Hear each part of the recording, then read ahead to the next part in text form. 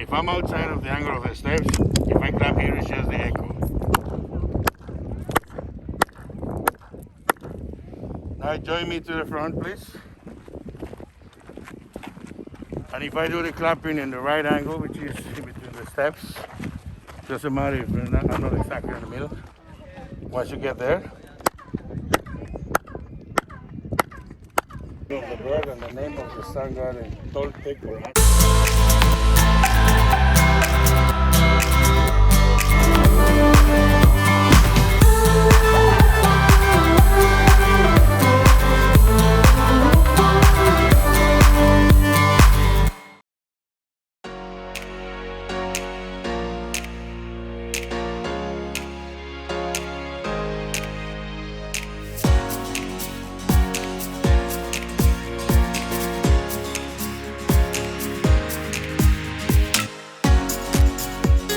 So we just came out of the airport and already getting hit with tourism stuff, people trying to sell you stuff. So if you already have your trip planned, you gotta let them know right off the bat so you can get out of there. I'm taking a shuttle to get our car rental now.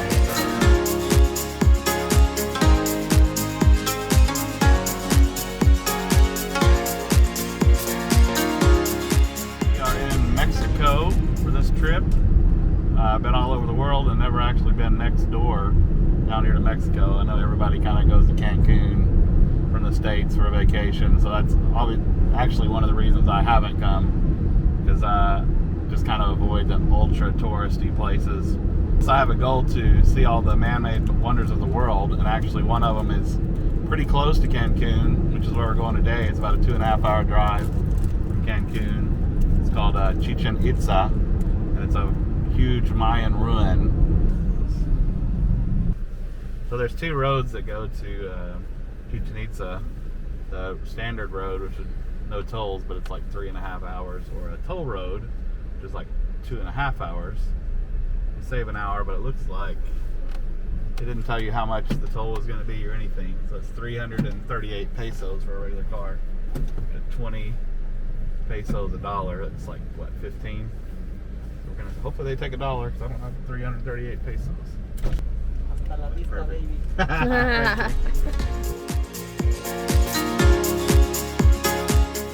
Second toll on this road, and it's like 83 pesos, so about $4 or $5.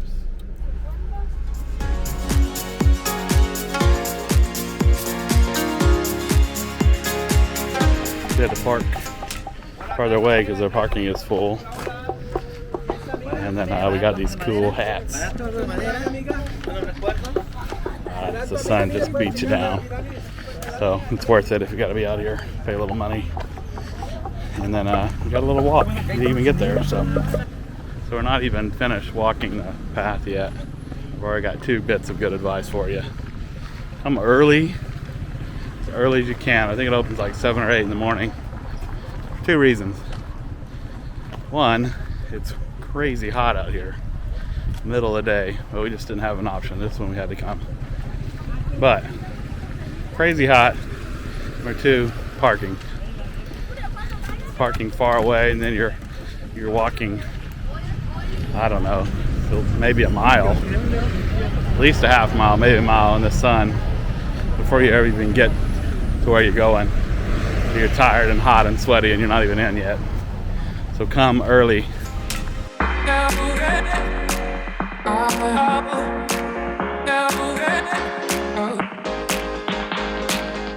So what's your name again? Rafael. Rafael is our guy today. There it is. One. What do you guys think? It's really cool.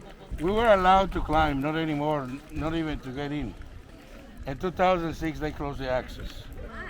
Because when people were allowed to climb, there were accidents, people fall. And the other problem is that people, they started to do graffiti on the wall.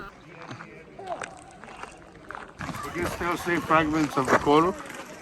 You can see some little red and jaguars and shields in between. Ah, yeah. Look at the snake in the decoration. Snakes, eagles, and jaguars that we will see in the artistic world decoration of the temples. They were symbols that they associate to the sun god named Kukulkan or Quetzalcoatl. Trying to score like an 8-pound ball through those rings.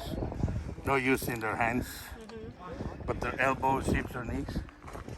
We don't know because of some of the carvings that we still have in very good conditions that they used to have like about a baseball or like the stick of lacrosse. But even if they have something hard or solid, it wasn't that easy. We do know also that there were 7 players per team. When they were playing, they were mostly playing from one side to the other. The idea was to score, and the first one who scored is the one beheaded. I mean, the winning captain, it was sacrificed to the gods because it was an honor. If we talk about religion, because sometimes they did this game for politics. But in politics, it's not a sacrifice. It's an execution. So the winner kills the loser, like Roman gladiators, and the head is the trophy. Royal family up in that area that you can see beautiful decorated with 2 huge rattlesnakes. And up that front is where the priests used to rule the game because this was mostly done for religion and for politics. As I said before, they celebrate something big. So instead of taking a picture, they mark that moment of these walls. Now observe right here. There's a player kneeling down with no head. From the neck, there's 7 lines of blood. And the middle one turns into one of the branches of the tree of life, the one that I was showing you in the beginning. And here is the other player holding the head. I was showing you the size and position of the stones. Here on the right, they're bigger. Here on the left, we have small ones. And the opposite side and the other side is the opposite. And if I clap here, you can hear the echo or the acoustics. Just not perfect, because it was intentionally done. But it's not only the size and position of the stones. It's due to the height, thickness, distance, and speed of sound that these people understood. Because from this point where we are, seems like the walls, they're vertical, but these 2 walls, they're tilted in between 4 and 6 degrees. So that's what helped to keep the waves of sound inside of the space. And it was designed that way because being the priest up there, he was able to speak with the people at the other end, and people there, they could hear it just a second later. Wow. What about the scream? Hey! Hey!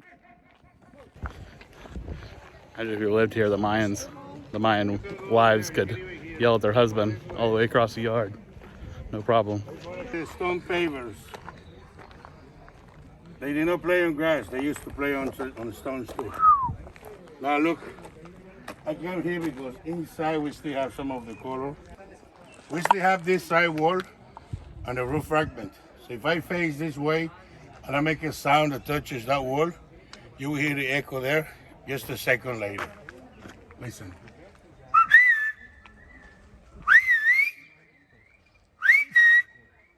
Hey! It travels All the way back and back. just a second later. This was the entrance to the sacrificial platform. So we do know that after the game, they walk to this platform. And if you observe that figure, you see it's lying down looking like a woman giving birth because it's a fertility symbol. Those rectangles in each platform, can you see like the little windows, 1, 2, 3? From base to top, they're 26, and 26 on the right, that's 52. That's the calendar cycle or the weeks in the year. Every 52 years is when the calendars, they come together, they match. The last one happens in 2012. Remember what the people in the world they were saying Thought about it maybe would end, yeah. Exactly, the doomsday or whatever. Yeah. It was actually the end of the cycle and a new beginning, but because of that, Mexico, Central America, even NASA getting involved with the Mayan calendar. Today they accept the year 3113 BC as the beginning of the calendar. So if we add to 3113 BC the 2012 years that we just lived, that gives us 5,125 years. So that's how many years we already live as civilizations or cultures in the world. But every that many years, that's how people prove that the sun and all of the planets that lined up, the Mayans predicted that they will happen in 2012, over 1,500 years ago. If I'm outside of the angle of the steps, if I clap here, it's just the echo. Now join me to the front, please. And if I do the clapping in the right angle, which is in between the steps. Doesn't matter if you're not, I'm not exactly in the middle. Once you get there,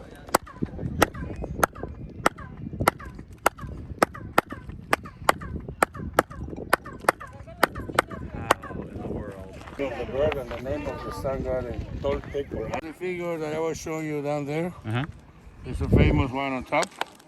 And if you're here on April the 6th watching when the sun rises, you can see the sun right in the belly of the figure. And it seems like that's the day moment when the Mayans they were getting ready for planting, for crops, for agriculture. You can see it. There's some people doing. So they knew time to plant and harvest by how the sun hit over here. Wow.